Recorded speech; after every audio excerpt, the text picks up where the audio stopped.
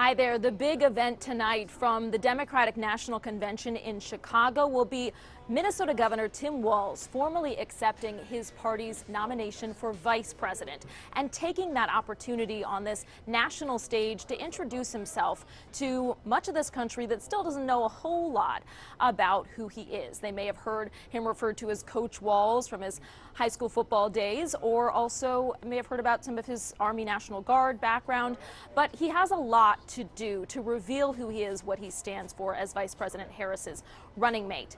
Last night was really the Obama show, and that is when both former President Obama and former First Lady Michelle Obama took the stage, and they used their characteristic message of hope, but they also talked about backing that up.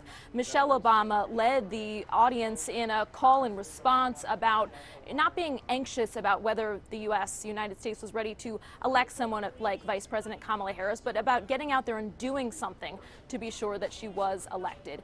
And then both of the Obamas also went on the attack against former President Trump in a way we haven't necessarily seen before.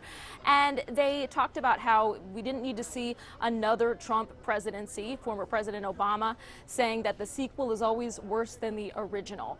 That was a moment that really electrified the crowd here in the United Center as top Democrats made their pitch to elect Kamala Harris and Tim Walz in November. From the DNC in Chicago, Alice Barr, NBC News.